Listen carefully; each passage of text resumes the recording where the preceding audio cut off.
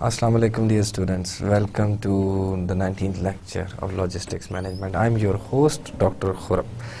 Now, in the last few lectures we were discussing transportation, modes of transportation and then the documentation, because you see, when you come in contact with different government entities, when you come in contact with different governments as such, for example, while exporting, while importing, you come in contact with formalities of various governments.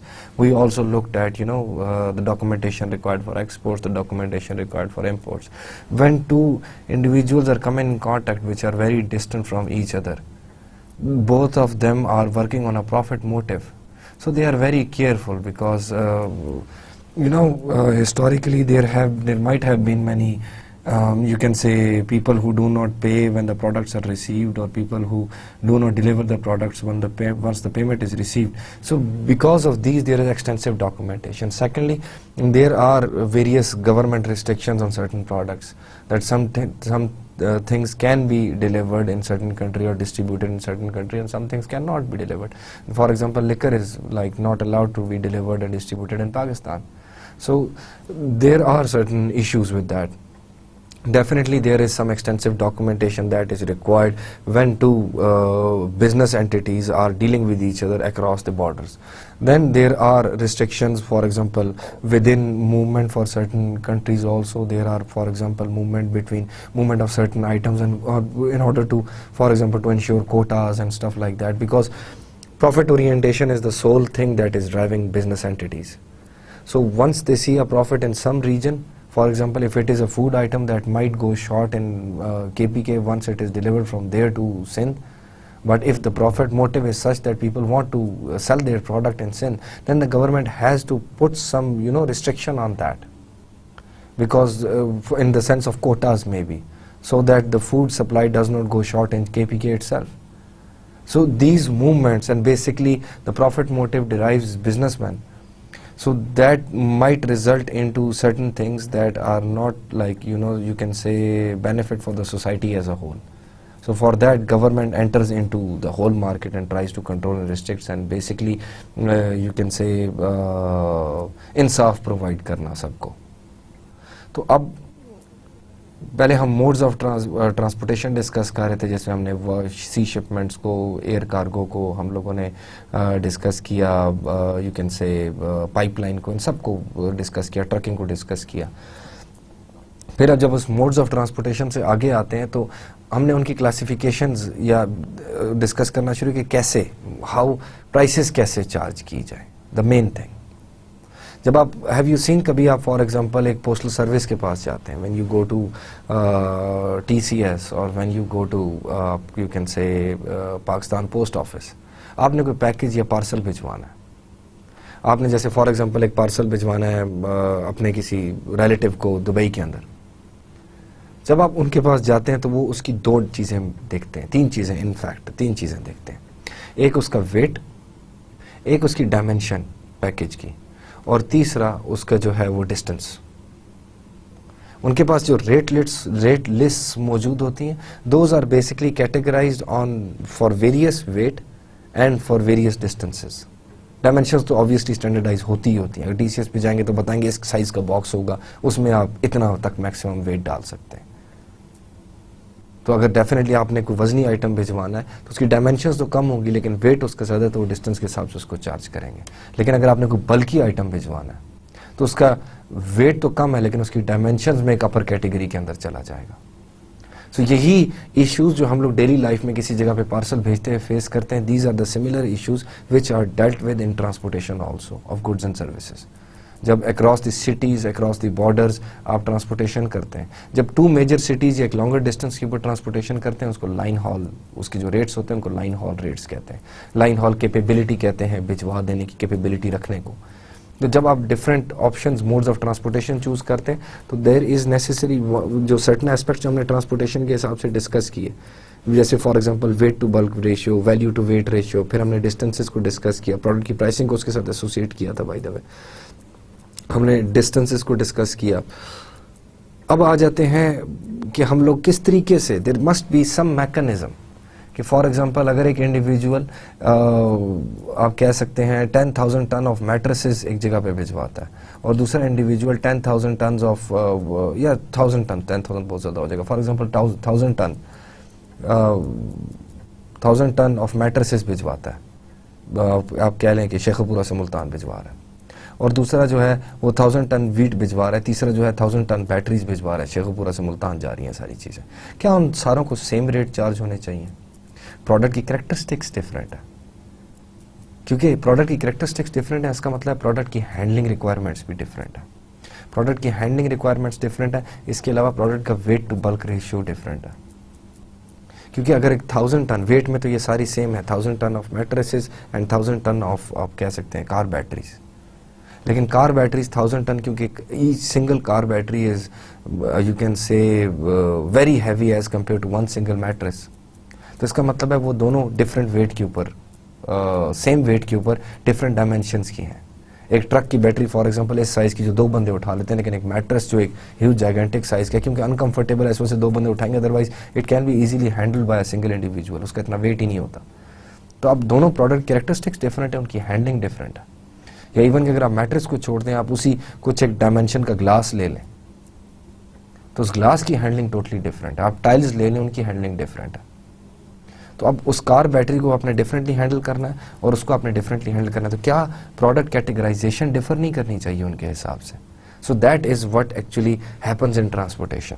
ये चीज़ें अगर आप logically हम लोग देखें तो automatically they come to our minds कि जी आप how to handle these different types of products. कि अगर आपने फॉर एग्जांपल अगर एक जगह पे एक फ्रैजाइल इक्विपमेंट डिलीवर करनी है और सेम वेट का आपने आयरन ओर डिलीवर करना है, आपने एक्सट्रैक्ट किया माइन में से, आपके पास for example 100 kgs of iron ores है और 100 kgs आपके पास ग्लास है। अब ग्लास एक जगह पे डिलीवर होना है, जिसने आगे फॉर एग्जांपल जाके डिफरेंट शेप्स में या उसके ऊपर फ्रॉस्टिंग करनी है, जो भी करना है, इस दोनों सेमी प्रोड्यूस्ड गुड्स हैं या सेमी इंटरमीडिएट गुड्स हैं, not semi produced, intermediate goods हैं दोनों। अब दोनों इंटरमीडिएट गुड्स हैं, उन्होंने दोनों किसी प्रोडक्शन प्रोसेस के अंदर जाना है, एक फैक्ट्री से दूसरी फैक्ट्री में डिलीवर होने, ऑलमोस्ट डिस्टेंस सिमिलर है, चलें, तो इसका मतलब है डिस्टेंस के हिसाब से तो दोनों पे चार्ज सेम लगेगा। क्या दोनों की प्रोडक्ट की हैंडलिंग डिफरेंट है? So shouldn't they charge differently for the handling of these products? उनका weight to bulk ratio different है, shouldn't they be charged based on those weight to bulk ratios? तो based on these USA के अंदर basically ये जो आपके सामने इस वक्त लिखा हुआ है कि freight classification of items, freight classification of items across globe भी फॉलो होते हैं। क्लासिफिकेशंस आपको लास्ट लेक्चर में मैंने थोड़े से दिखाई भी थे, हार्मोनाइज्ड सिस्टम कोड, और फिर क्लासिफिकेशन आपकी बुक के अंदर पेज नंबर 64 है आई गेस, उसके ऊपर टेबल बना हुआ है पूरा, एक सैम्पल टेबल दिया गया। यूएस के अंदर जो ट्रकिंग एसोसिएशन है, जो for example national motor sort of association है, उन्होंने national motor freight consolidation of classification of selected products बनाया हुआ। वो प्रोडक्ट्स को उनके हिसाब से क्लासीफाई करते हैं। अब आप फॉर एग्जांपल वीट की प्रोडक्ट्स को देख लें, वीट के अब किस किस लेवल पे वो ट्रांसपोर्ट किया जाता है। सबसे पहले उसको काश्त करके ट्रांसपोर्ट कर सकते हैं, काश्त करने के बाद रादर के मतलब आपने काट लिया, आप ट्रांसपोर्ट कर सकते हैं। फिर आप उसको for example as processed wheat आप थोड़ा सा उसको ट्रांसपोर्ट कर सकते हैं। फिर आप उसको आटे की बोरियों में एज अ फ्लोर ट्रांसपोर्ट कर सकते हैं। अब ये तीनों एक कैटेगरी में तो नहीं आने चाहिए। आप कैटल ट्रांसपोर्ट कर सकते हैं, फॉर एग्जांपल आप उसको मीट बना के ट्रांसपोर्ट कर सकते हैं, आप उसके मीट को पैकेज करके स्मॉलर पैकेजेस में ट्रांसपोर्ट कर सकते हैं। कभी आप फॉर एग्जांपल अगर थोड़ा शहर से बाहर ट्रैवल करें तो you would see these things कि फॉर एग्जांपल कैटल एक जगह पे आप if you can see sometimes कि आपके वो पाकिस्तान में अक्सर वो कैरी डब्बाज होते हैं, उसके कैरी डब्बा नहीं, सुजुकी कैरी होती है, या डबल केबन्स के पीछे डालों में भैंसें या गाय वगैरह लोड करके लेके जा रहे होते हैं। फिर उसके अलावा कई दफ़ा आप गाड़ियाँ देखेंगे जिसमें मीट लोडेड होता है, खाली ज़बा हुआ ऑलरेडी। फिर KNN की गाड़ियाँ हैं जिसमें पैकेज्ड मीट मूव कर रहा होता है। तो क्या आप इन सारों को एक सेम कैटेगरी के अंदर डालेंगे? Not possible. तो वो क्लासिफिकेशन इसी हिसाब से बनी हुई है। अगर आप उस पेज पे जाके ये फ्राइट क्लासिफिकेशन देखेंगे, एग्जैक्टली ये वाला टेबल देखें, तो यू वुड सी कि प्रोडक्ट्स को उसके हिसाब से क्लासिफाई किया गया। फिर उस क्लासिफिकेशन के हिसाब से उसके जो इंटरेस्टिंग इसका एस्पेक्ट है कि अगर ये वाला आइटम है तो this is the truck load. जैसे फॉर एग्जांपल आगे हम जाके एक एग्जांपल भी इसकी व्हाट आई वांट इज कि हम इसको डिस्कस करना और फिर एक एग्जांपल सॉल्व करना भी सीखें, राइट? तो अब उसको कि किस तरीके से उसका सोल्यूशन कैसे निकलना। तो मोस्टली आपको अगर ये उन केसेस में आएगा जहाँ पे हारमोनियस रेट्स और गवर्नमेंट कंट्रोल मैकेनिज्म के अंदर फॉलो हो रहा है, या उन एसोसिएशंस ने कुछ ऑर्गेनाइज किया हुआ है उसको, ताकि हर बार एक डिफरेंट रेट्स ना चार्ज हों, ताकि मार्केट भी एक स्टैंडर्ड रेट के ऊपर रहे, सर्विसेज के ऊपर compete करें रादर देन प्राइसेस के ऊपर compete करें। स्टिल प्राइसेस के ऊपर भी compete करना is a valid part of competition, लेकिन एसोसिएशन इसीलिए बनाते हैं ताकि यूनिफॉर्म स्टैंडर्ड सेट किए जा सकें प्रोडक्ट की क्लासिफिकेशंस के भी। ये क्लासिफिकेशंस बनी प्रोडक्ट की कैरेक्टरिस्टिक्स के ऊपर है, उनके वैल्यू वेट रेशियो, उनके वेट टू बल्क रेशियो, इस किस्म की जो कैरेक्टरिस्टिक्स हैं प्रोडक्ट की, उसके बेस से बने। जब एक क्लासिफिकेशन बन गई तो दैट वुड मीन कि वो क्लासिफिकेशन को फॉलो करने के लिए जो मेथोडोलॉजी है will do that there is an example in the book, जिसको मैं यहाँ पे आपके सामने कर दूंगा, रिपीट कर दूंगा, एक्सप्लेन कर दूंगा, it would be easier for you. अब अगर उस क्लासिफिकेशन को फॉलो करें तो एक आइटम है फॉर एग्जाम्पल XYZ, वो एक क्लासिफिकेशन कोड उसका लग जाएगा साइट पर, जिस तरह मैंने आप लोगों को HS टेबल दिखाया था लास्ट टाइम। वो एक वेबसाइट से UN से एक्सेस करते करते वहाँ पहुँचा था, मैंने HS टेबल दिखाया कि जो फ्राइट गुड्स की जाती है और ट्रांसपोर्ट की जाती है उनकी क्लासिफिकेशंस कैसे हैं। तो उस क्लासिफिकेशन में एक गुड जो है वो एक जोन के अंदर फॉलो करती है, वो कोड आपके पास आ गया, उसका ट्रक लोड आ गया कि उसका लोड कितना बनता है कि इस for example 36,000 pound is the optimal load, कि इतने में ये मैक्सिमम ट्रक लोड के ऊपर है। फिर उसके साथ एक रेटिंग फैक्टर है कि अगर इस लोड का होगा तो this would be the rating factor, कि जब आप पूरा सॉल्व कर रहे हैं आपने इससे मल्टीप्लाई करना है, which can be for example 35, 36 और एनी नंबर। और अगर लेस देन ट्रक लोड होगा तो वेइंग फैक्टर ज़्यादा हो जाएगा, 35 पहले था तो 55 अब हो जाएगा अगर लेस देन ट्रक लोड है। यानी कि 36,000 अगर वो ट्रक लोड उसका बनता है इस आइटम का इस क्लासिफिकेशन के हिसाब से, so 36,000 if it is equal to the truck load then you multiplied by 35 और 36 जो नंबर उन्होंने दिया हुआ साथ उसका, और प्लस अगर लेस देन ट्रक लोड है तो इस नंबर से मल्टीप्लाई किया जाएगा which is usually greater than that number.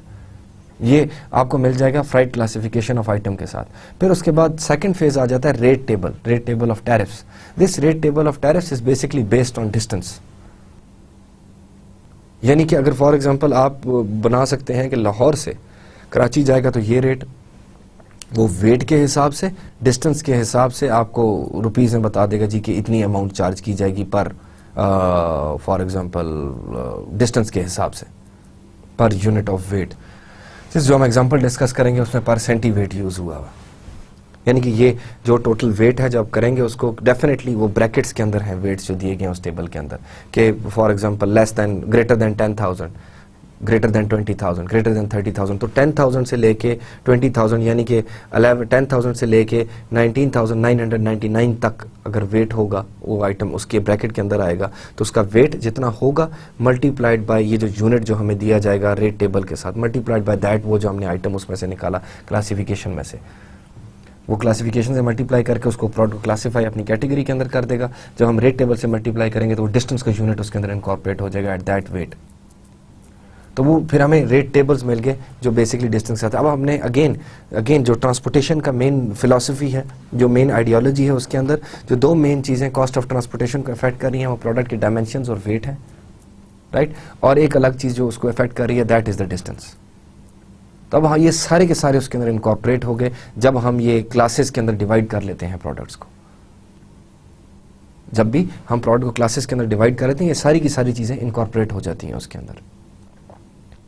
So basically आप उसको क्लासिफाई उसके डायमेंशंस के हिसाब से पहले पॉइंट आउट कर लेते हैं टेबल के अंदर से, देन आप उसके वेट के हिसाब से लेस देन ट्रक लोड का लगा लेते हैं, फिर वो डेफिनेटली वो डायमेंशंस और उसके वेट के हिसाब से वहाँ पे हो गया, फिर आप जो आपका वेट है उसके हिसाब से आप टैरिफ टेबल के ऊपर से देख के यू कैन फॉलो दैट। इसकी हम आगे जाके एग्जांपल डिस्कस कर लेंगे। Then there are contract rates को हम बाद में आगे जाके फिर डिस्कस करेंगे। देन देयर आर ड्रेज और लोकल डिलीवरी के जो चार्जेस होते हैं, जैसे फॉर एग्जाम्पल आपने जो हम कभी फर्नीचर वगैरह परचेज करने जाते हैं वहाँ पर भी ट्रांसपोर्टेशन वाले साइडों पर आप कई दफ़ा गाड़ी हायर करते हैं, वो लोकल डिलीवरी के रेट्स होते हैं।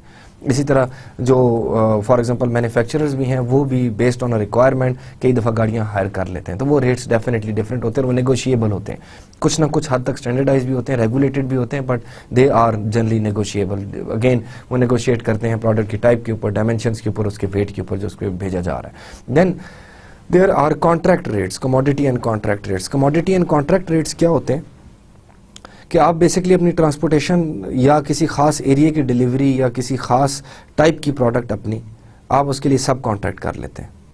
आप एक ट्रांसपोर्टेशन कंपनी को कॉन्ट्रैक्ट दे देते हैं उसकी डिलीवरी का, कि this is the number of for example items या क्वांटिटी या वेट के हिसाब से कि इतने आइटम्स इन दिनों को और इन लोकेशंस पर डिलीवर करना है, मेरे साथ कॉन्ट्रैक्ट एग्जीक्यूट कर लो। जैसे for example you have a furniture shop, आप लकड़ी किसी जगह से मंगाते हैं, आप फॉर एग्जांपल आप कह लें कि नॉर्दर्न एरिया से आपकी लकड़ी आती है and you have a furniture shop in आप कह सकते हैं लाहौर या in for example Rawalpindi. Know what you do is कि आप एक परमानेंट कॉन्ट्रैक्ट एग्जीक्यूट कर लेते हैं किसी एक के साथ कि हर इतने अरसे बाद तुमने मुझे लकड़ी ला के देनी है। अब आप फर्नीचर शॉप तो रादर नहीं है, आप कह लें कि आप फर्नीचर शॉप के लिए लकड़ी को प्रोसेस करते हैं, उसके बाद आप फर्नीचर शॉप को हैंड ओवर कर देते हैं वो उससे चीज़ें बनाने के लिए। तो अब आप वो जो रॉ मटेरियल है जो आपकी वो ट्रीज़ कट डाउन है वो आप उसका परमानेंट कॉन्ट्रैक्ट एग्जीक्यूट कर लेते हैं कि आइटम डिसाइड हो गया, जो कमोडिटी बेस्ड यहाँ पे लिखा हुआ है कि आइटम डिसाइड हो गया, दैट इज स्पेसिफिक प्रोडक्ट, जो रॉ मटेरियल है कटे हुए दरख्त है, उसको आपने ट्रांसपोर्ट करना है कहाँ से, नॉर्दर्न एरिया ख़ास लोकेशन से लेके फॉर एग्जांपल आप कह रहे हैं रावलपिंडी के so and so warehouse तक, I8 किसी जगह पे लोकेटेड है वो, और फिर उसका जो आप रेट्स उसके अंदर डिसाइड कर लेते हैं। तो आप सब कॉन्ट्रैक्ट करते हैं। It is highly possible for example कि जो कोक है या पेप्सी वाले हैं उन्होंने कई लोकेशंस पे डिलीवरी सब कॉन्ट्रैक्ट की हुई, अपने कॉन्ट्रैक्ट्स परमानेंटली एग्जीक्यूट किए हुए, नेगोशिएट किए हुए लॉन्ग टर्म, बहुत लॉन्ग टर्म नहीं definitely, but definitely 1 to 2 years और मे बी फॉर 5 years, यहाँ तक इस रीजन तक इस प्रोडक्ट को इतनी दफ़ा आपने डिलीवर करना है और उसके हमसे रेट बता दो। वो अपने रेट्स वगैरह कैलकुलेट करके आपके आगे रख देंगे। That is usually done when जो प्राइवेट फ्लीट अपना वहाँ पे भिजवाना would be more costly than giving a contract to somebody else, या आपके पास शायद इतनी कई ऐसी बिजनेस एंटिटीज़ हैं जिनके पास इतने रिसोर्स ही नहीं होंगे कि वो खुद ये कर सकते हैं। अपनी प्राइवेट फ्लीट रखना बेनिफिशियल, इसके अंदर बहुत बड़ी आगे जाके शायद वो डिस्कशन आती भी है दैट या इससे अगले लेक्चर में आएगी, आई गेस इसी में आएगी। द पॉइंट इज़ कि प्राइवेट फ्लीट क्यों रखे कोई, तो वो खैर एक डिस्कशन है, एक सर्वे है। नॉर्मली ये समझते हैं कि इन्हीं सारी कॉस्टिंग से बचने के लिए आप प्राइवेट फ्लीट रखते हैं, but actually that is not the reason. Cost factor is not the only factor. जो बिजनेस एंटिटीज़ को, जैसे वॉल्स वालों ने अपने पूरे ट्रक्स रखे हैं, मैकडॉनल्ड्स वालों ने रखे हुए, जैसे एजिलिटी तो खैर है ही लॉजिस्टिक्स कंपनी, उसने रखे हुए, जैसे आपके वो हैं फॉर एग्जांपल कोक वाले, उनके अपने ट्रक्स हैं, पेप्सी के हैं, डेफिनेटली इस तरह के बहुत सारे डिस्ट्रीब्यूटर्स ने और कंपनीज ने अपनी अपनी ट्रकिंग फ्लीट्स रखी हुई हैं। तो उसके लॉजिक्स क्या हैं, they not only the cost factor. खैर स्पेसिफिक प्रोडक्ट्स बिटवीन, ये हमने commodity and contract rates discuss कर लिया। Then coming to special service charges. Special service charges अक्सर एक्स्ट्रा चार्जेस ऐड कर दिए जाते हैं उसके अंदर कि if this is the scenario तो हम आपसे एक्स्ट्रा चार्जेस का पे करेंगे आपको। जैसे for example diversion and reconsignment charge है। लेट्स से अटक रिफाइनरी से फॉर एग्जांपल निकलता है ऑयल का टैंकर, फ्यूल का टैंकर, पेट्रोल का, and that petrol tanker is designated towards, आप कह सकते हैं वो सम XYZ लोकेशन, एक पेट्रोल पंप आप तरनौल के पास या फॉर एग्जांपल फतेह जंग के अंदर PSO का सो एंड सो पंप है, उस तक ये डिलीवर होना है। आपने वो निकाल दिया, वो चला गया। अब assuming that you have a contract with them already, या आपने इवन के शॉर्ट टर्म भी उससे कॉन्ट्रैक्ट किया। अब आपको एक कॉल आती है, आप साथ दूसरा ट्रक उसके लिए निकालते हैं। अब आपके पास दूसरा ट्रक तैयार है, you are going to send that to some place, लेकिन आपको एक और पेट्रोल पंप से कॉल आती है, that is an urgent call, due to some reason you have to deliver them that fuel urgently. अब आप क्या कर सकते हैं, आप रिकंसाइन करवा सकते हैं। आप जो ट्रक आपने ऑलरेडी भेज दिया है, ऑयल टैंकर, फ्यूल टैंकर, आप उसको डाइवर्ट करवा के उस तक करवा दें, और जिस PSO को आपने भिजवाना था उसके लिए दूसरा चलवा दें।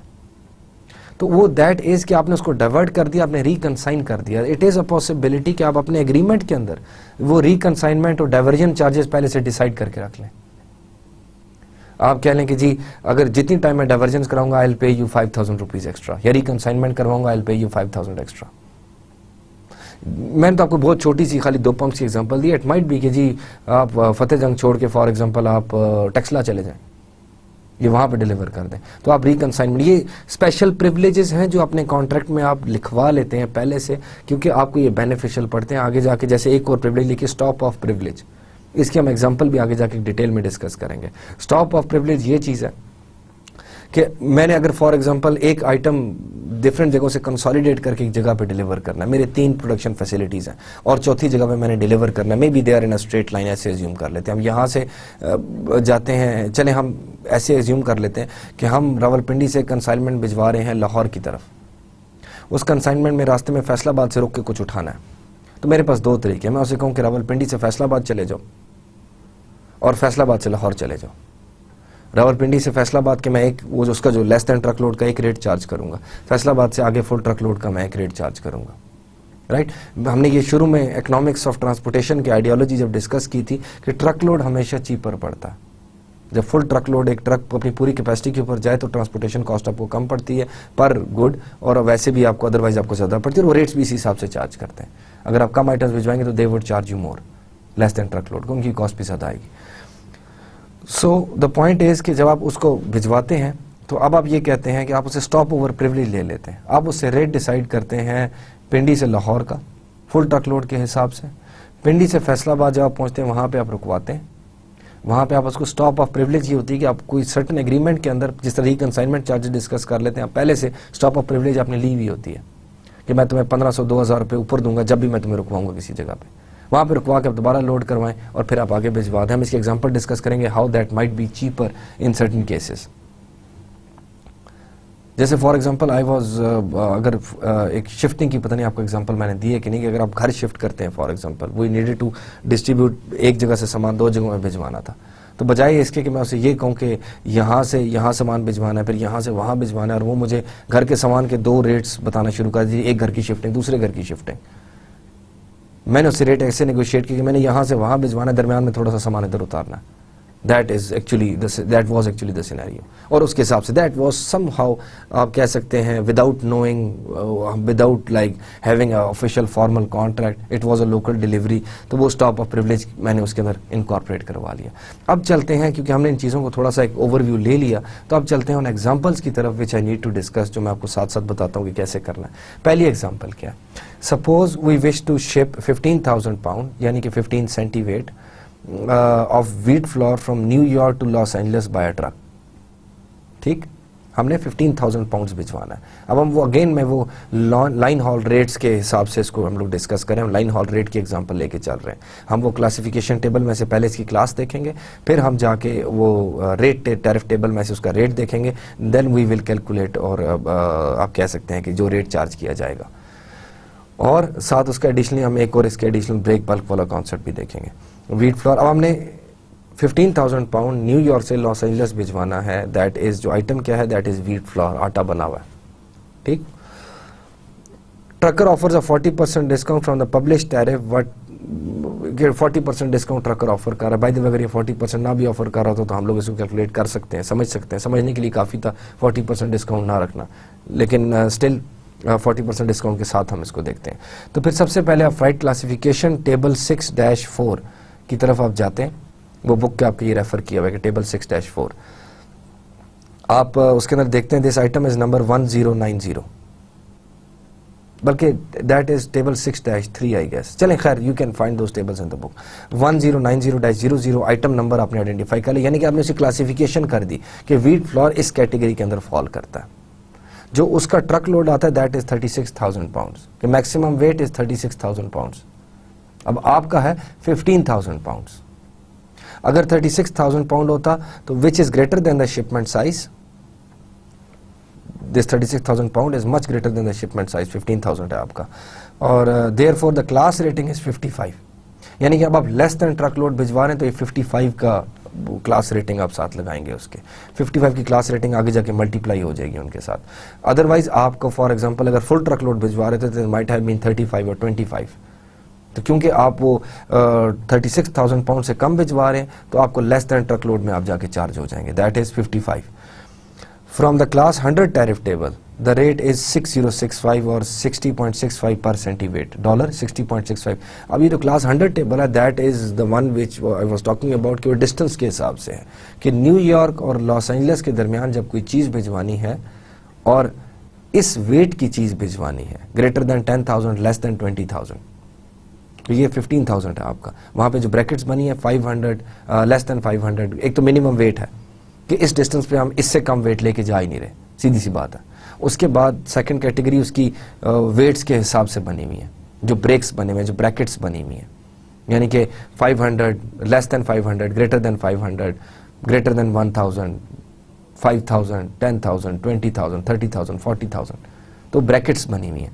तो अब ये वाली किस ब्रैकेट के अंदर आता है, that comes greater than 10,000 but less than 20,000। तो एक वो ब्रैकेट बनी हुई उसके अंदर देखना है, न्यूयॉर्क टू लॉस एंजलिस देखना है, वो न्यूयॉर्क टू लॉस एंजलिस के हिसाब से वो डिस्टेंस ऑलरेडी इनकॉर्पोरेटेड है उसके अंदर, जब कंट्रीज़ के, अब सिटीज़ के, स्टेट्स के नाम लिखे हुए तो वो आ गया। जैसे for example Lahore to Islamabad ये रेट है, लाहौर टू कराची ये रेट है, लाहौर टू फैसलाबाद ये रेट है।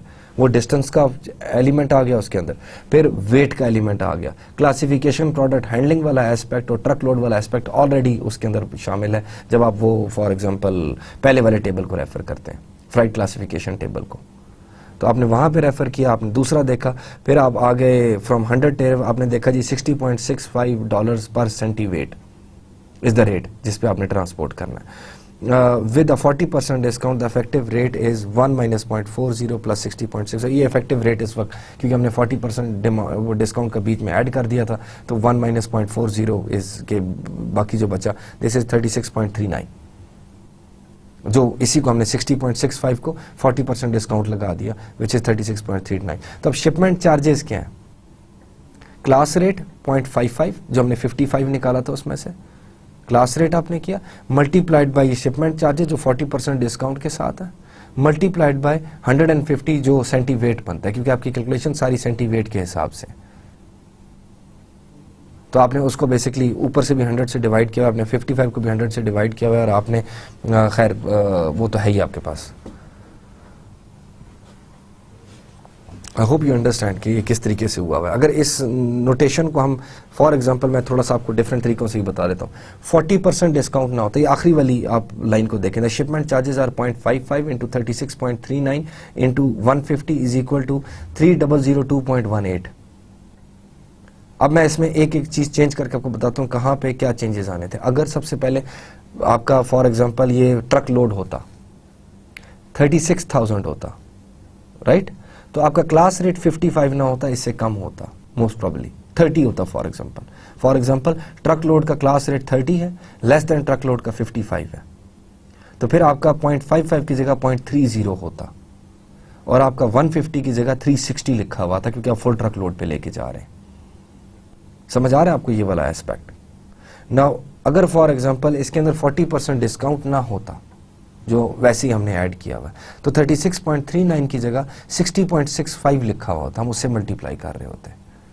मैं आपको ये डिफरेंट चीज़ें सिर्फ इस वजह से समझा रहा हूँ कि जब मैं आपको एग्जाम में दूंगा, इट इज़ नॉट नेसेसरी कि exactly similar example with a discount with a truck load. मैं आपसे पूछ सकता हूँ with truck load, with less than truck load, और फॉर एग्जांपल आइटम की क्लासिफिकेशन भी चेंज कर सकता हूँ। तो हमने इस एग्जाम्पल के अंदर क्या चीज़ सीखी? हमने इस एग्जाम्पल के अंदर ये चीज़ सीखी बेसिकली कि वो तीनों प्रोडक्ट कैरेक्टरिस्टिक्स जो हम डिस्कस करते आए हैं, सारे एस्पेक्ट प्रोडक्ट के बारे में जो हम डिस्कस करते हैं, सारे के सारे इसके अंदर इनकॉर्पोरेटेड है ऑटोमेटिकली बाय डिफ़ॉल्ट। यानी कि प्रोडक्ट का वेट टू बल्क रेशियो क्या है, प्रोडक्ट का वैल्यू टू वेट रेशियो क्या है, प्रोडक्ट की हैंडलिंग रिक्वायरमेंट्स क्या है, वो सारे के सारे एडिड हैं ऑटोमेटिकली आपके सबसे पहले फ्राइट क्लासिफिकेशन टेबल। जब क्लासिफाई करेंगे प्रोडक्ट्स को, वो सारी चीज़ें देखते हुए क्लासिफाई करेंगे। फिर जब प्रोडक्ट को ट्रांसपोर्ट करने लगते हैं, ये चीज़ें प्लस ट्रक लोड और लेस देन ट्रक लोड का डिफरेंस इंपॉर्टेंट है। तो ट्रक लोड के लिए आपने क्लास रेटिंग और मल्टीप्लाई की है, लेस देन ट्रक लोड के लिए आपने और मल्टीप्लाई की है। जैसे मैंने आपको बताया यहाँ पे 55 लेस देन ट्रक लोड का क्लास रेट है। अगर ये 36,000 पाउंड होता तो it might have been less than that, 35 या 34 होता।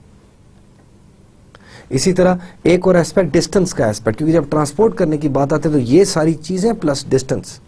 तो डिस्टेंस के लिए आपने दूसरा टेबल देखा विच इज़ क्लास 100 टैरिफ। दूसरा टेबल आपने देखा जो टैरिफ रेट्स के बारे में है, जो डिस्टेंस के हिसाब से है। तो वो डिस्टेंस वाला टेबल आपको बेसिकली उस वेट के ऊपर, वेट कैटेगरीज के ऊपर आपको टोटल जो उसकी कॉस्ट आती है वो, या जो रेट वो चार्ज करेगा वो बता देता है। तो आपने अब सारी चीज़ें इनकॉर्पोरेट कर दी उसी सिनेरियो के अंदर, जो हम लोग प्रोडक्ट की कैरेक्टरिस्टिक्स और ट्रांसपोर्टेशन से रिलेटेड डिस्कस करते आ रहे हैं। एक एग्जांपल के अंदर वो सारा कवर हो गया। You need to understand this example conceptually, कि जो हमने ये सारी एक्सरसाइज की है ये क्यों की है। अब एक और इसके अंदर इंटरेस्टिंग एस्पेक्ट आ जाता है जो हम एक स्टेप आगे चल के डिस्कस करते हैं। दैट इज जो सबसे नीचे लिखा हुआ है, that is should always check to see if shipment can be declared at the next higher weight break for a lower rate and lower total charges. कि अगर हम इस शिपमेंट को, हम नहीं केयर करते कि 15, हमने इसको 10 to 20 के दरमियान रखा हुआ, अगर हम इसको नेक्स्ट हायर वेट पे ले जाते हैं कि 20 और 30 के दरमियान ले जाते हैं, तो क्या हमें कम रेट पड़ेंगे उसके? वो देखने के लिए आपके पास ये ब्रेक वेट वाला कॉन्सेप्ट आ जाता है। उसकी भी हम एक एग्जांपल सॉल्व करके इसको समझ लेते हैं। सबसे पहले हम सिनेरियो वो वाला बिल्ड करते हैं जिसमें ब्रेक वेट का कॉन्सेप्ट आ रहा है। That suppose 9,000 pounds of class 100 merchandise is to be shipped from New York to Dallas. कि 9,000 pound of class 100 item, it can be for example wheat again, कि हम उसको शिप करने जा रहे हैं New York to Dallas. From table 6-4 the rate would be 52.21 centiweight. बाकी सारी एक्सरसाइज के बाद हमने वो उसका क्या कहते हैं, वो वाली जो पीछे वाली एक्सरसाइज वो सारी कर चुके हैं। हमने ये देखा कि जब वो हम उसका रेट टैरिफ रेट टेबल के ऊपर जाते हैं, which is table number 6-4, that is कि 52.21 पर सेंटीवेट इसका वेट बनता है, रेट बनता है ओवर दैट डिस्टेंस जो वेट के हिसाब से। However, should the shipment be priced at the next higher weight break rate of 40.11, यानी कि अगर फॉर एग्जांपल लेस देन 10,000 पे हम इसको लेके चल रहे हैं, should we take it to for example less than 20,000 जिसका रेट 40.11 है, क्या हमें वो सस्ता पड़ता है? वो कैलकुलेट करने के लिए ये वाला फॉर्मूला है हमारे पास, which is weight break equal to rate into next plus multiplied by weight into next divided by rate current. नीचे इनकी डिवीजन लिखी हुई है। Break weight, weight above which the next higher weight break rate should be used for lower transport cost. Rate next, rate for the next higher weight break, weight next, minimum weight of next higher weight break, यानी कि जो अगली bracket बनी है, wait break बना है, उसके सबसे मिनिमम कौन सा है। जैसे हम कहते हैं ना ग्रेटर देन 20,000, तो मिनिमम 20,000 हो गया। जैसे हमने पहले कहा था ना ग्रेटर देन 10,000, तो 10,000 हो गया। तो अगर फॉर एग्जांपल इस केस में अगर वेट ब्रेक बनता है for example greater than 5,000 but less than 10,000, ये उस कैटेगरी में आता है, तो 10,000 एंड अबव जो है वो अगली कैटेगरी बनती है, तो 10,000 would be minimum weight break. और इस फॉर्मूला से अगर हम सॉल्व करते हैं, for example calculate break weight that is 40.11 into 100 divided by 52.11। 100 over here is actually के नेक्स्ट जो ब्रैकेट बनती है दैट इज 10,000 पाउंड्स। सेंटीवेट के हिसाब से ना सारे टेबल्स, सेंटीवेट इज 100 पाउंड्स, तो हमने 100 पाउंड्स के हिसाब से कैलकुलेट करना है, तो that is centiweight, 1 centiweight is equal to 100 pounds. तो इस वजह से हमने 10,000 पाउंड्स को 100 से डिवाइड करके 100 बना लिया सेंटीवेट से, क्योंकि ये 40.11 और 52.21 जो है सेंटीवेट्स के हिसाब से दिए गए। तो break weight is equal to 40.11 next वो जो है रेट अगली ब्रैकेट का मल्टीप्लाइड बाय 100 यानी कि 10,000 यानी कि 100 सेंटीवेट, दैट इज के अगली ब्रैकेट का लोएस्ट बार जो है डिवाइड बाय 52.21 जो बेसिकली ओल्ड जो आपकी पिछली ब्रैकेट है जिसमें आप इस वक्त कैलकुलेट करें, जिसमें एक्चुअली आप फॉल करते हैं, तो आपके पास आंसर है 76.82 और 7682 पाउंड्स।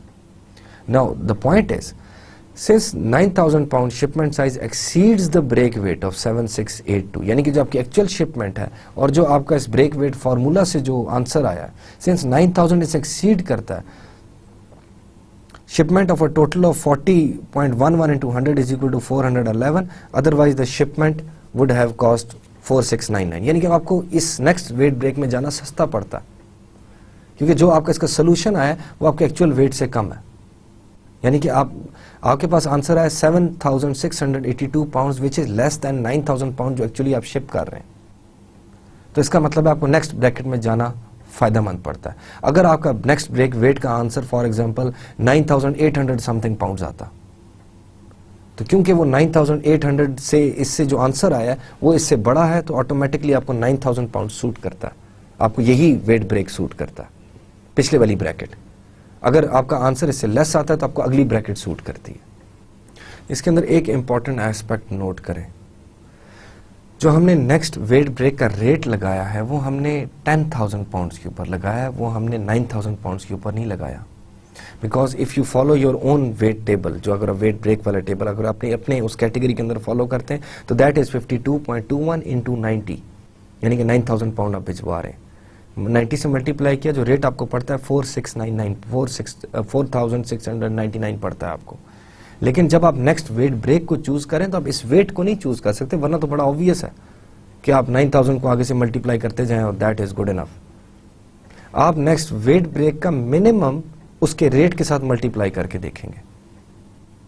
तो आपके पास जो रूल ऑफ थंब है वो ये है कि अगर जो आपका ब्रेक वेट वाला फॉर्मूले के अंदर जो आप वैल्यूज पुट करते हैं, योर सोल्यूशन जो आपका आंसर आता है which is 7682 pounds in this case, if it is less than your weight then automatically you go for the next weight break. आप नेक्स्ट कैटेगरी के अंदर चले जाते हैं, वो आपको चीपर पड़ेगा in any case. This is the whole scenario जिसके जो मैं आपको क्लास रेट की डिस्कशन और जो क्लास रेट के अंदर चीजें बता रहा था, this is all associated with that. यही वो उसकी डिटेल्स हैं। तो अगर फॉर एग्जांपल सबसे पहले हम लोगों ने इस वक्त अभी ये सीख लिया कि क्लास रेट के अंदर आपने एक्चुअल रेट कैसे निकालना है जो आपने पे करना है, फिर आपने किस तरीके से उसको कैलकुलेट करना है कि निकालना कैसे, उसको सॉल्व कैसे करना है, एंड देन ट्रक लोड और लेस देन ट्रक लोड और उन सारी चीज़ों का क्या इफेक्ट है उसके ऊपर, देन कि वेट ब्रेक वाला कॉन्सेप्ट कि आप नेक्स्ट वेट में जाना फ़ायदे में रहता है या उससे पिछले वेट में जाना फ़ायदे में रहता है। मूविंग ऑन, जो हमने एक एग्जाम्पल डिस्कस की थी स्टॉप ऑफ प्रिविलेज की, that was an interesting scenario. उसकी अदर एग्जांपल अब हम डिस्कस करने जा रहे हैं। हमने पहले उसकी खाली स्टॉप ऑफ प्रिविलेज को हमने डिस्कस किया था कि जो स्पेशल वो जो चार्जेस हैं जो for example if you can get them included in the contract, those are the charges जो आप बेसिकली जब कॉन्ट्रैक्ट कर रहे होते हैं किसी और से शिप कर रहे हैं, these are not associated to your own shipments, क्योंकि अपनी शिपमेंट में तो इस तरह के मसले ही खत्म है, those are your, that is your own fleet. यही वो कन्वीनियंस है जिसकी वजह से बहुत सारी बिजनेस एंटिटीज जो हैं they prefer to keep their own fleets for transportation, खासतौर पे जिनकी ट्रांसपोर्टेशन कॉस्ट बड़ी एक्सटेंसिव है या जो जिन्होंने रेगुलरली ट्रांसपोर्ट करना होता है, इकोनॉमीज ऑफ ट्रांसपोर्टेशन जो इंश्योर कर सकते हैं खासतौर पे वो लोग भी। खैर द पॉइंट इज के stop of privilege is just like reconsignment and diversion, somehow related to that, कि उसी तरह की खास स्पेशल प्रिविलेज है, इस तरह उनसे रिलेटेड है। स्टॉप ऑफ प्रिविलेज क्या है, that you are shipping something to one location और आप बीच में स्टॉप ऑफ्स ले लेते हैं। उसकी एग्जांपल अभी हमारे सामने है जिसको हम डिस्कस करने लगे।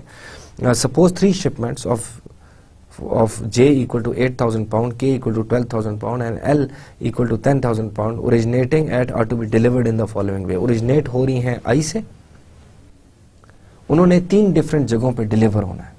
उन्होंने डिलीवर होना है J तक, J पे जाके 30,000 की शिपमेंट स्टार्ट हुई, J पे जाके डिलीवर हुई 8,000 उतर गया, पीछे बच गया 22,000 पाउंड, वो गया K तक, वहां तक 12,000 उतर गया, वहां से 10,000 आगे गया L तक और वहां पे जाके सारा उतर गया। आगे बस 2-4 ऑप्शंस हैं।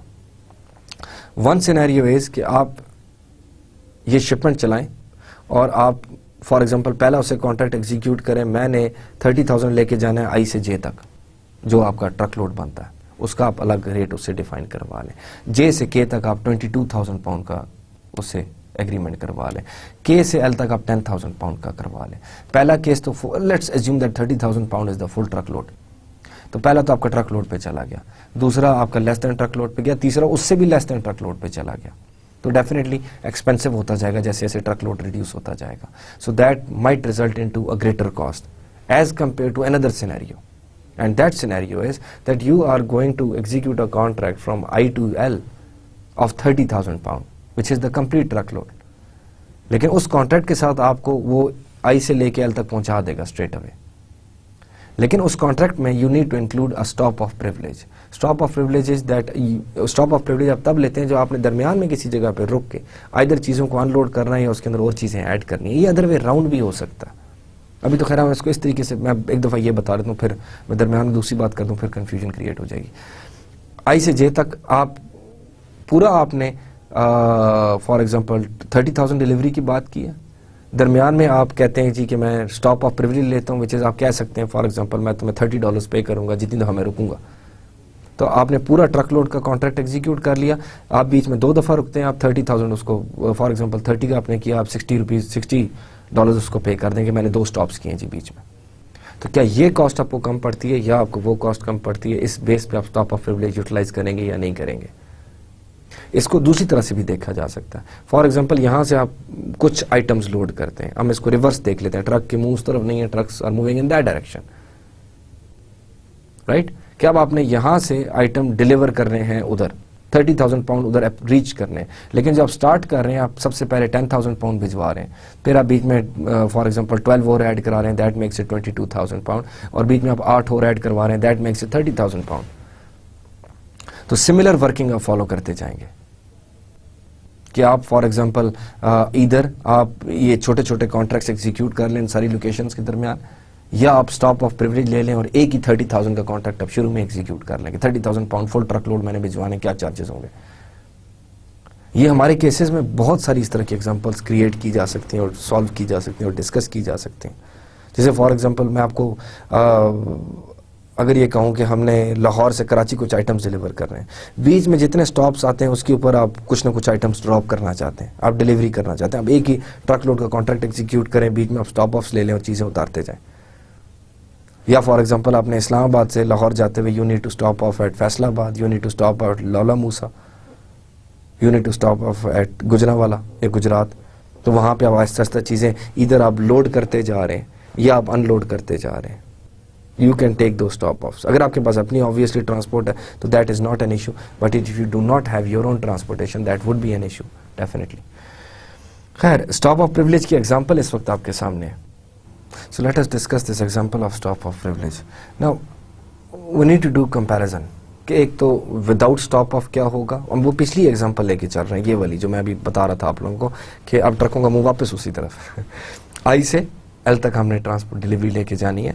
आई से जे तक 30,000 पाउंड, जे से के तक अपने 22,000 पाउंड मूव करेंगे और के से एल तक 10,000 पाउंड आप मूव करेंगे, बिकॉज आप जे के ऊपर 8,000 उतार लेंगे, के ऊपर 12,000 उतार लेंगे और एल पे जाके पूरे रिमेनिंग 10,000 उतार लेंगे, because that is how you need to deliver.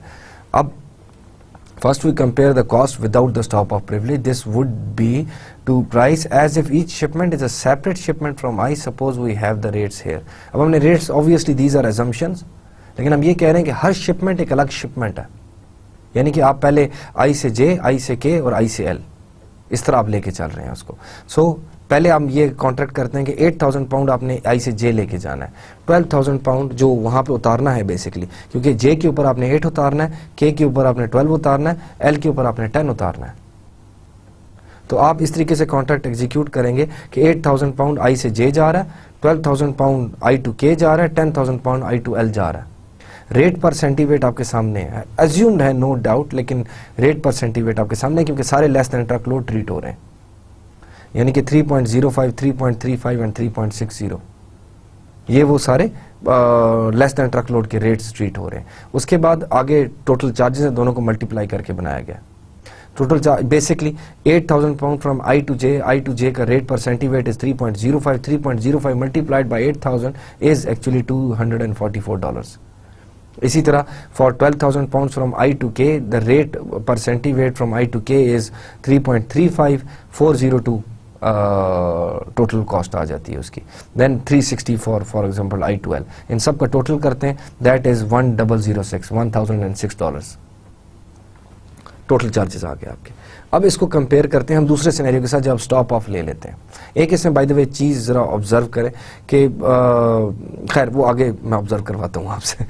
Now we price with the stop of privilege, we assume that all the volume 30,000 pound is to be delivered to the farthest stop, यानी कि आई से L तक सीधा 30,000 pound deliver करना है। आप एक ही rate ले रहे हैं, लेकिन आप उसके साथ एक स्टॉप ऑफ प्रिविलेज ले रहे हैं कि मैं जितनी दफ़ा रुकूंगा I will pay you extra $15।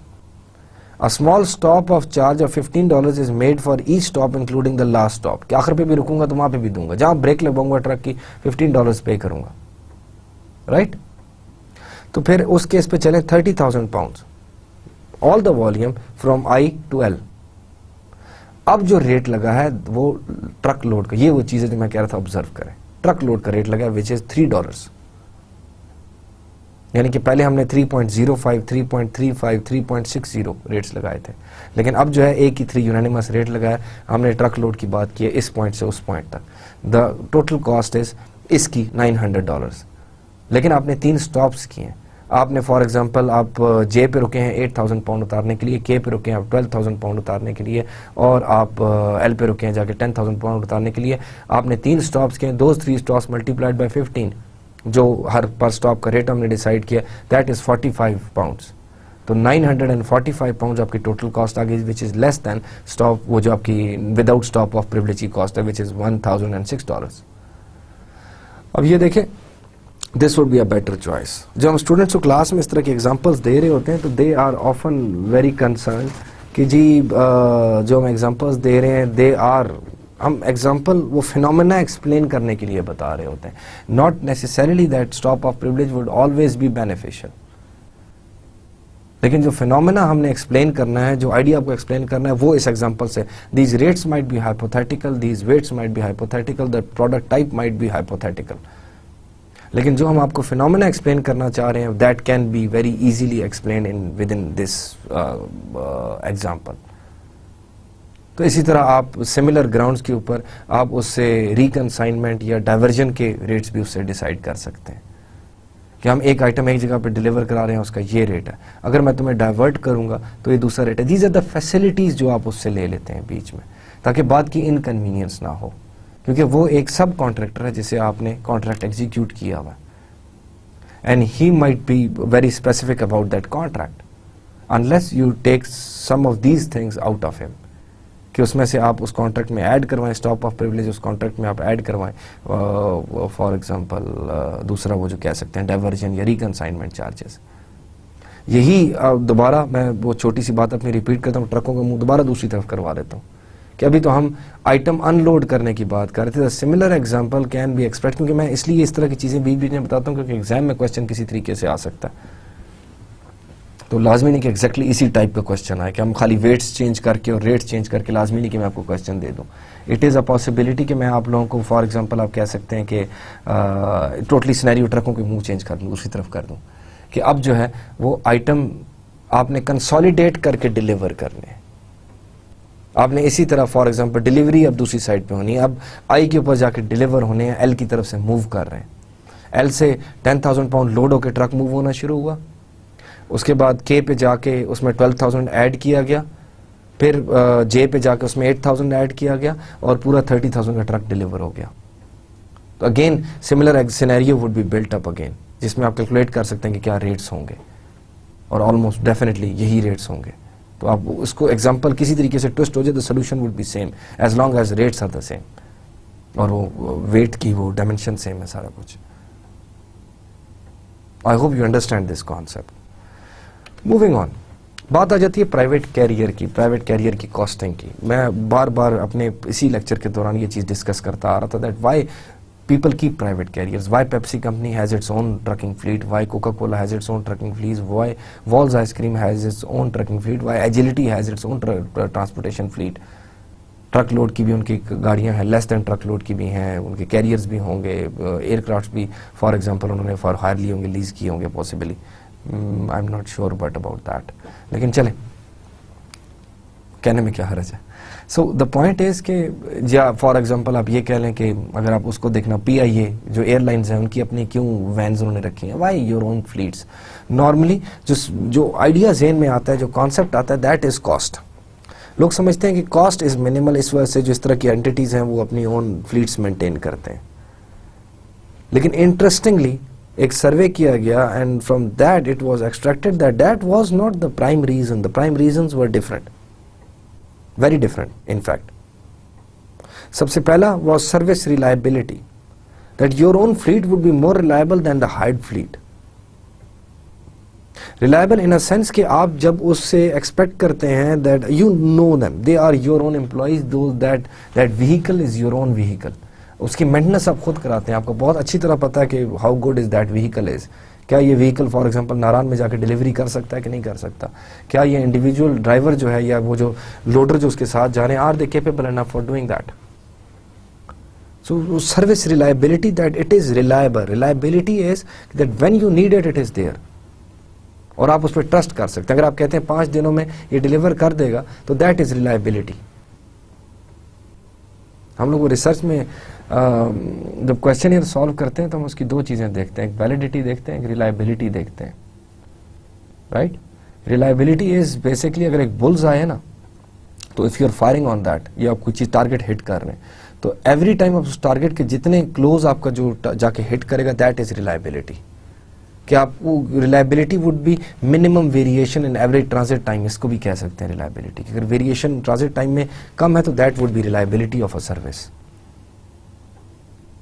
यानी कि aircraft transportation would be more reliable as compare to railway और rail carriage in terms of the transit time. I hope you understand, you get the concept.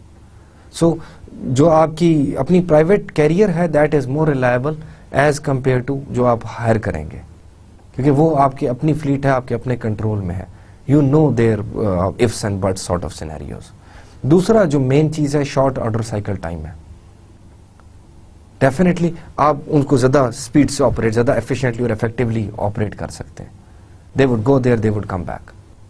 Short order cycle time, आप process जल्दी से उनका करवा सकते हैं सारा कुछ, लोडिंग अनलोडिंग टू डिलीवरी और फिर वापसी.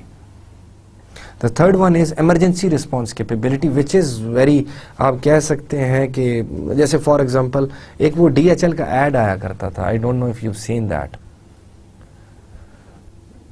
प्लेन जाके लैंड करता है, DHL का प्लेन होता है येलो कलर का, एक जमाने में वो दिखाया था बड़ा. वो लैंड करता है जाके आम कहीं वो due to some technical reasons या कोई इस तरह के वो एरर्स आ जाते हैं जिसकी वजह से वो लैंड कर जाता है जाके एक वो मोटरवे सॉर्ट ऑफ जगह के ऊपर.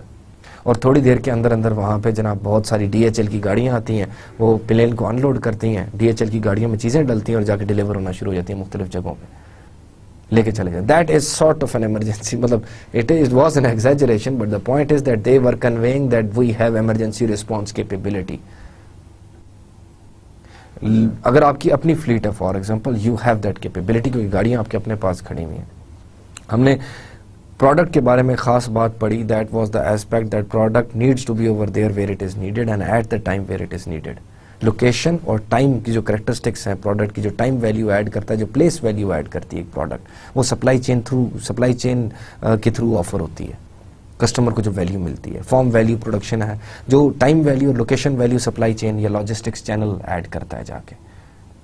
तो अगर for example there is an emergency response requirement, TCS किसी जगह पे अपनी गाड़ी भिजवा रहा था, उसकी अपनी वो वाली गाड़ी खराब हो गई, तो अगर फॉर एग्जांपल एक कॉन्ट्रैक्टेड है या आपने हायर करके गाड़ी भिजवाई थी, तो फिर आपको दूसरी गाड़ी हायर करके भिजवानी पड़ेगी. It would take time. तो इसी तरह TCS पीछे से दूसरी गाड़ी चला देगा, जाओ उससे अनलोड करो ले जाओ. इसी तरह फॉर एग्जांपल आर्मर्ड व्हीकल्स होते हैं for transportation of cash from one bank to other bank, from state bank to the banks और from banks to the state bank. तो वो डिफरेंट ब्रांचेस की और डिफरेंट बैंक्स के दरमियान जो मूवमेंट है वो आर्मर्ड कार्स के अंदर होती है. तो अगर for example there is something wrong with that one car, तो the other car would be available. तो बैकअप्स एग्जिस्ट करते हैं. फिर अगर अचानक फॉर एग्जांपल किसी जगह पे कोई प्रोडक्ट आपने डिलीवर करनी है, किसी वेयर हाउस की तरफ से एक अर्जेंट डिमांड आ जाती है कि प्रोडक्ट हमें डिलीवर करो,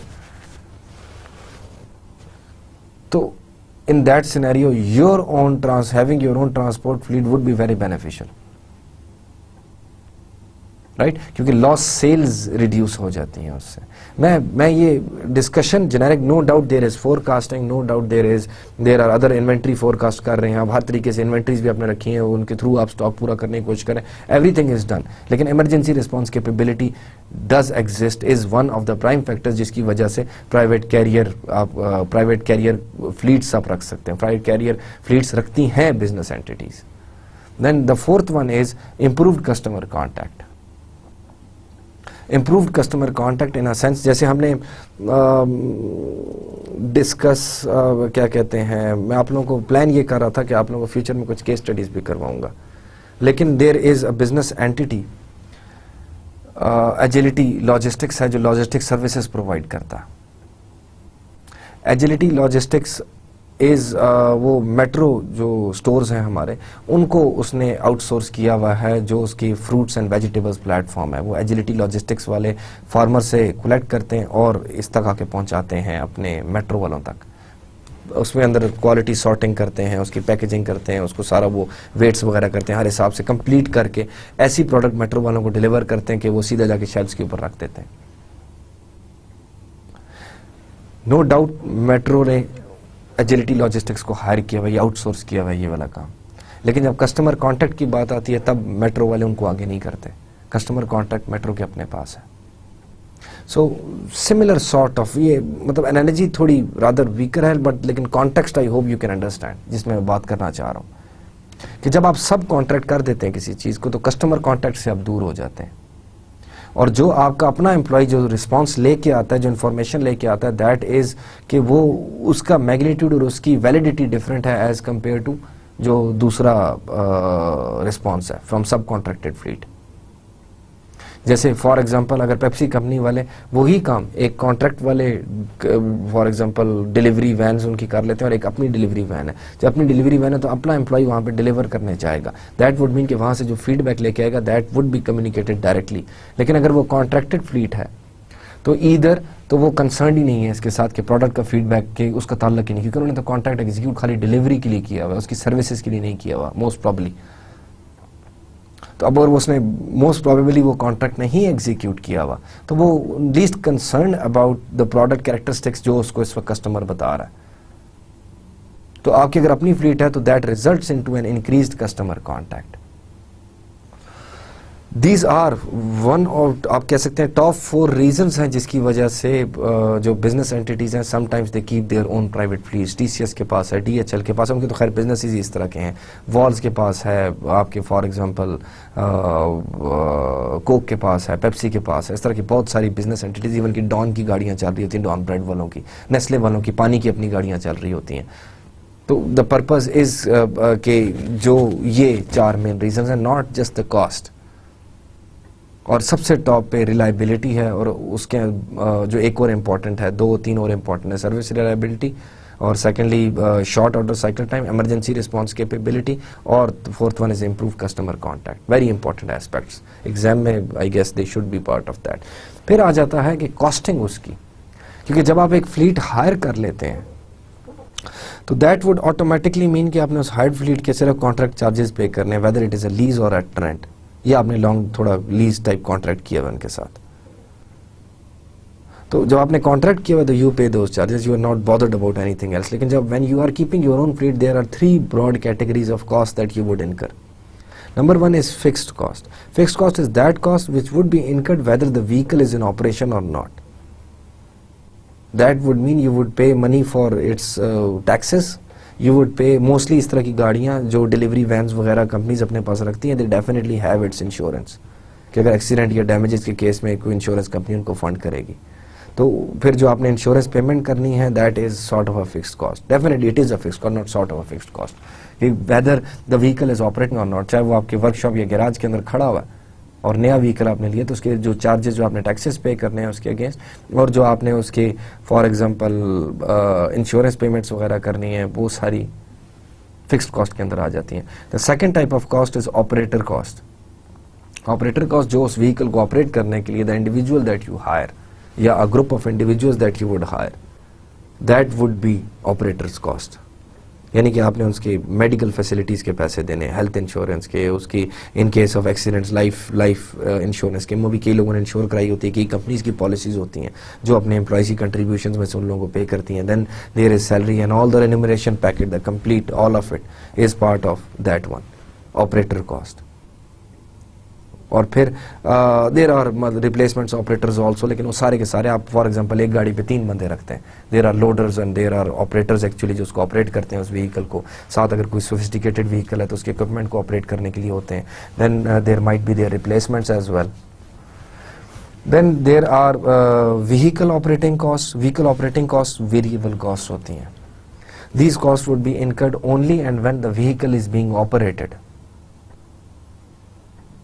जैसे फॉर एग्जांपल अगर व्हीकल को आप पॉइंट ए से पॉइंट बी पे भिजवाते हैं तो उसमें आप देखें क्या फ्यूल चार्जेस आएंगे, टायर्स की वेयर एंड टेयर होगी, उसका इंजन ऑयल यूटिलाइज होगा, उसके फॉर एग्जांपल बैटरी यूज होगी, वटएवर, वो सारी कॉस्ट जो व्हीकल मेंटेनेंस कॉस्ट है, व्हीकल के फ्यूल चार्जेस हैं, इन केस अगर इंश्योरेंस नहीं कराई तो एक्सीडेंट होता है तो वो आपने एक्सीडेंट एज्यूम कि आपने दूसरे की गाड़ी भी ठीक करानी है, अपनी गाड़ी भी ठीक करानी है। So all those things are vehicle operating cost. जब व्हीकल ऑपरेट होना शुरू होता है those cost would be incurred. तो जब एक फ्लीट ऑपरेट कर रही है तो उसकी fixed cost plus variable cost दोनों, यानी कि fixed cost plus vehicle operating cost आपने सारी की सारी इनकर करनी है। ये याद रखें, इसमें उसके डिस्टेंस के हिसाब से फ्यूल चार्जेस भी आ जाएंगे। उसके अलावा एक फिक्स टाइम पीरियड के बाद उसका oil change, filter fuel oil filter change, fuel filter change, air filter change, बहुत सारी मेंटेनेंस कॉस्ट होती हैं। लेकिन जब व्हीकल ऑपरेट नहीं कर रही तो व्हीकल ऑपरेटिंग कॉस्ट आपने नहीं बेयर करनी है, आपने खाली फिक्स्ड कॉस्ट बेयर करनी है। आपने उसके टैक्सेस पे करने हैं, मोस्ट प्रॉब्ली रोड टैक्सेस, वो जो टोकन्स वगैरह लगवाते हैं, आपने उसकी फॉर एग्जांपल इंश्योरेंस पेमेंट्स करनी है। मैं ये 2 एग्जांपल्स दे रहा हूँ फिक्स्ड कॉस्ट की खाली। और बाकी उसके अलावा आपकी ऑपरेटर कॉस्ट है. अब दीज कॉस्ट मतलब are significant, they are quite like handsome amount. तो खाली आप ये मत समझें कि कॉन्ट्रैक्टिंग इज आप वो इस वजह से करते हैं बिकॉज इन कॉस्ट की वजह से कि कॉस्ट कम पड़ती है, इस वजह से सब कॉन्ट्रैक्ट कर देते हैं उन चीज़ों को. या अपनी फ्लीट इस वजह से नहीं रखते, वो जब सिनेरियो डिस्कस करते हैं अपनी फ्लीट इसलिए रखते हैं कि कॉस्ट कम पड़ती है. तो बेस्ड ऑन दैट वो जो हमने ऊपर रीजंस डिस्कस किए हैं कि cost is not the prime factor जिसकी वजह से लोग अपनी फ्लीट्स मेंटेन करते हैं और इतनी कॉस्ट इनकर करते हैं. Fixed cost, vehicle operating cost, operator cost, ये ड्राइवर की कॉस्ट जो होती है. ड्राइवर और operator means operator cost specific इसलिए ड्राइवर इसलिए नहीं लिखा गया कि दूसरे किस्म के भी ऑपरेटर्स होते हैं. There are certain sophisticated type of vehicle as well. कई व्हीकल्स पे दो जैसे फॉर एग्जांपल उसके जो पीछे अगर क्रेन लगी हुई है तो उसका ऑपरेटर अलग होगा इन सर्टेन केसेस. अगर वो फॉर एग्जांपल एक इलेक्ट्रिक यूटिलिटी की कंपनी है जो जाके खंभों को ठीक करते हैं तो दैट वुड मीन कि पीछे बकेट में उसका एक वो जो इलेक्ट्रिशियन सॉर्ट भी मौजूद होगा, उसके साथ उसको क्रेन ऑपरेट करने वाला मौजूद होगा. There are always in many cases साथ और लोग भी होते हैं, not just the driver of the vehicle. तो कई दफा सोफिस्टिकेटेड व्हीकल होते हैं तो उसके ऑपरेटर्स भी होते हैं. तो ऑपरेटर खाली ड्राइवर इसलिए नहीं यूज़ किया गया. तो वो जो पूरी टीम आप व्हीकल के ऊपर रखेंगे एक के ऊपर, that would B operator cost. It might be possible कि कोक ने फॉर एग्जांपल अपनी हर फ्लीट के लिए जो एक बंदा जो फॉर एग्जांपल ड्राइवर है उसके साथ 2 एक लोडर्स पर कार उनके 3 बंदे हायर्ड हों जो जाके हर जगह पे डिलीवर करते हैं कोक के क्रेट्स, राइट. खैर मूविंग ऑन, हमने line hall charges based on discuss किए थे आपके फ्राइट रेट क्लासिफिकेशन के ऊपर, वो सारा सिनेरियो डिस्कस किया. तो बेसिकली रेट प्रोफाइल्स 2 किस्म की होती हैं, एक बेस्ड ऑन डिस्टेंस होती है, दूसरी बेस्ड ऑन वेट होती है. और यही वो क्लासिफिकेशंस हैं जो आगे जाके उसके अंदर हमने इनकॉर्पोरेट की हुई हैं. यानी कि for example by distance rates very with the distance between origin and destination in the following manner. एक वो ब्लैंकेट की लाइन लगी हुई है. ब्लैंकेट लाइन रिप्रेजेंट्स कि इससे मिनिमम से नीचे हम डिलीवर नहीं करेंगे. मैंने आपको जब रेट क्लासिफिकेशंस बताई थी उसके अंदर जब मैंने रेट टैरिफ रेट्स का टेबल का जिक्र किया था, बताया था न्यूयॉर्क से डेस्टिनेशन से सारे टेबल्स हैं, लेकिन उन सब के आगे सबसे पहला कॉलम मिनिमम अमाउंट क्या है कि इससे नीचे तो हमने डिलीवर ही नहीं करना, राइट. इससे मिनिमम डिस्टेंस पे जो लॉन्ग हॉल रेट्स होते हैं मिनिमम, फिर आप वो डायरेज रेट्स के ऊपर आ जाते हैं. तो अगर न्यूयॉर्क के अंदर डिलीवर करना है तो वो आपको उस रेट टेबल के ऊपर कभी भी नजर नहीं आएगा. वो आगे जो कॉलम है वो वेट्स का है, जो डिस्टेंस का है दैट इज वो लिस्ट के हम किन किन सिटीज में डिलीवर कर रहे हैं. उससे नीचे न्यूयॉर्क के करीब तो आपको डायरेज या लोकल डिलीवरी रेट्स आ जाएंगे. तो अब ये आ गया, मिनिमम लाइन लग गई, ऊपर एक ब्लैंकेट लग गई कि इससे आगे जाएंगे तो ऑलमोस्ट यूनानिमस वही रेट कंटिन्यू होगा. जितना डिस्टेंस बढ़ता जाएगा जितना वेट बढ़ता जाएगा उसके हिसाब से. सो डिस्टेंस के हिसाब से रेट पर सेंटीवेट इंक्रीजिंग लाइन के तौर पे जा रहा है, उससे आगे कांस्टेंट हो गया, सेम रेट आपको अप्लाई करेंगे. इसी तरह आपकी रेट प्रोफाइल है बाय वॉल्यूम. वॉल्यूम के हिसाब से आप देखें स्टेप्स बने हुए हैं. Rates bye shipment size have the following characteristics. ये स्टेप्स बने हुए, नीचे शिपमेंट साइज है, लेफ्ट साइड पे रेट पर सेंटीवेट है. एक मिनिमम है, यानी कि एक तो वो 0 रेट है, that is that we are not going to deliver that. Minimum इतना तो आपने रखना ही है, इससे ऊपर हम लोग डिलीवर, इससे थोड़ा हम डिलीवर नहीं करेंगे. थोड़ा इस डायरेक्शन में रादर एक्स एक्सिस की तरफ कह देते हैं कि इससे थोड़ा 0 से 1 तक ये रेट होगा. 1 तक आप उसको वेट की ब्रैकेट्स रख लें. 0 से 5,000 पाउंड, 5,000 से 10,000 पाउंड, 10,000 से 20,000 पाउंड, 20,000 से 30,000 पाउंड, राइट. अब हमने वेट्स की नीचे बना दी. अब हम ये कहते हैं शिपमेंट साइज को वेट के हिसाब से. अब ये स्टेप्स क्यों बनते हैं? क्योंकि 0 से 5,000 तक एक रेट है, 5,000 से 10,000 तक दूसरा रेट है जो 0 से 5 वाले से कम है. इसकी वजह से वो स्ट्रेट लाइन ऐसी आती है और फिर दोबारा कांस्टेंट हो जाती है, क्योंकि 5 से 10 तक कांस्टेंट है. फिर 10 से 20 तक एक और रेट है जो 5 से 10 वाले से कम है, लेकिन फिर 5 से 10 से 20 के दरमियान कांस्टेंट है. इस वजह से लाइन जब एक वेट ब्रैकेट के अंदर आ जाती है तो वो स्ट्रेट लाइन हो जाती है. जब दूसरी वेट ब्रैकेट के अंदर दाखिल होती है तो इमीडिएटली अगले स्टेप में चली जाती है. ये जो आपकी कह सकते हैं परपेंडिकुलर लाइंस हैं जो इनके दरमियान स्ट्रेट लाइंस है ऊपर की तरफ वर्टिकल, ये खाली कनेक्ट करने के लिए. एक्चुअल लाइंस ये वाली हैं, स्ट्रेट वाली, स्टेप बाय स्टेप जो बनती जा रही हैं. ये एक पॉइंट से दूसरे पॉइंट पर ओरिजिनेट होती हैं, फिर दूसरे पॉइंट से तीसरे पॉइंट तक जाती हैं. तो वो दरमियान वाला हिस्सा खाली वो जो लाइन एक स्ट्रेट लगाते हैं वो खाली कनेक्ट करने के लिए लगाते हैं. एक्चुअल लाइन वो है कि सेम रेट को रिप्रेजेंट कर रही है. तो ये हमने जो पढ़ा बेसिकली वो यही पढ़ा कि जितना ट्रक लोड के आप करीब जाते जाते हैं उतना ज्यादा आपका उसके हिसाब से आपका पर वो वेट ब्रैकेट में आप कम करते जाते हैं रेट उसको. लेस देन ट्रक लोड के रेट हायर होते हैं then truck load rate. Okay, with this we come to the end of our lecture. आज हमने कामयाबी से अपना एक और लेक्चर ख़त्म कर लिया. I was your host doctor Khurram. The point is कि एक दफ़ा हम इसको फिर समराइज़ कर लेते हैं हल्का सा लेक्चर को. बहुत ज़्यादा तंग नहीं करूँगा आप लोगों को, ब्रीफली गो थ्रू हो जाऊँगा इंपॉर्टेंट चीज़ों से, ताकि आप लोगों को याद रह जाए कि मैंने क्या पढ़ा के क्या. लाइन हॉल रेट्स, उसके अंदर हमने बताया कि रेट की टाइप्स क्या हैं. सबसे पहले मैंने बताया कि लाइन हॉल रेट्स होते हैं. लाइन हॉल रेट्स वो होते हैं जो ओवर द लॉन्गर डिस्टेंस आप लोगों को रेट्स चार्ज किए जाते हैं एक आइटम को दूसरे आइटम से, एक डेस्टिनेशन से दूसरी डेस्टिनेशन पर डिलीवर कर. मोस्टली लार्ज मेट्रोपॉलिटन सिटीज़ के दरमियान जो बड़ी बड़ी मशहूर डिलीवरी की लोकेशन होती हैं उसके लाइन हॉल रेट्स होते हैं. उससे आगे मे बी उसके अपने उस रीजन के अपने डिफाइंड रेट्स हों. लाइन हॉल रेट्स के लिए फ्लाइट क्लासिफिकेशन के आइटम को क्लासीफाई करना based on its weight and based on it's physical characteristics, उसको दैट इज फ्लाइट क्लासिफिकेशन. वो टेबल में से पता चल जाता है, उसको आप यूज़ करते हैं. देन आप वो आइटम की उसके अंदर साथ ये भी मेंशन होता है कि इस आइटम का ट्रक लोड क्या बनता है, क्योंकि मैट्रेस का ट्रक लोड अलग बनेगा और फॉर एग्जांपल कार बैटरीज का. ये एग्जांपल मैं बार बार देता हूँ क्योंकि बहुत इंटरेस्टिंग एनालॉजी है कि मैट्रेस फॉर एग्जांपल एक कार की या ट्रक की battery is much heavier than one mattress, लेकिन डायमेंशन उस बैटरी की इतनी सी है जबकि वो मैट्रेस इतना बड़ा है, फोम का बना हुआ है. तो द पॉइंट इज कि ऑब्वियसली मैट्रेस फोम का ही होता है. I don't know why I said that, but still flight classification of items, उसमें जाके आप उसको क्लासिफिकेशन देखते हैं कि किस कैटेगरी का आइटम है, वो उसके weight to bulk ratio, weight to value ratio, उसकी हैंडलिंग रिक्वायरमेंट सारी वो इनकॉर्पोरेट कर चुका है. वो टेबल वो बना ही इस हिसाब से. अब वो देखते हैं, उससे बताता है ट्रक लोड होगा तो आप ये रेट फैक्टर लगाएंगे, अगर लेस देन ट्रक लोड होगा तो ये रेट फैक्टर लगाएंगे. लेस देन ट्रक लोड का रेट फैक्टर थोड़ा बड़ा होता है. फिर then you see the rate table जो डिस्टेंस के हिसाब से और वेट्स के हिसाब से कैटेगराइज करता है प्रोडक्ट्स को कि अगर इतने डिस्टेंस पे शिप करना और इतना वेट है तो ये रेट, वरना ये रेट, वरना ये रेट. उसके बेस पे हमने एक एग्जांपल की थी आगे जहाँ पे आप उसको सॉल्व करते हैं तो आप बेसिकली जो वेट आपने भिजवाना है मल्टीप्लाइड बाय जो रेट आप उससे डायरेक्ट टेबल से ऊपर वाले से टेबल से निकालते हैं फ्लाइट क्लासिफिकेशन से.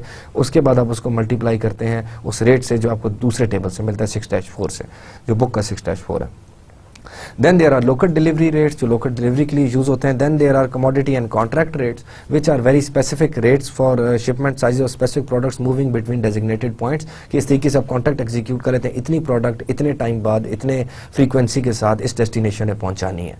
वो उससे डेविएशंस के लिए आप थोड़ा बहुत स्पेशल सर्विस चार्जेस ऐड कर लेते हैं, which is diversion and reconsignment charges होते हैं, स्टॉप ऑफ प्रिविलेज होती हैं. क्लास रेट्स की ये एग्जांपल हम लोगों ने की जिसमें वही अगेन मल्टीप्लिकेशन 40% डिस्काउंट को अगर निकाल दें तो दैट इज जो लास्ट में आपकी इक्वेशन लिखी है 0.55 because it is less than truck load, और ट्रक लोड उसका 36,000 पाउंड है, आपने 15 भिजवाना है 15,000 पाउंड मल्टीप्लाइड बाय अगर यहाँ पे डिस्काउंट ना डाला होता तो 60.65 होता, जो उस आइटम की क्लासिफिकेशन के हिसाब से जो उसका रेट उस डिस्टेंस के हिसाब से और उस वेट के हिसाब से बन रहा है. Then there is 150 which represents 150 centi wait.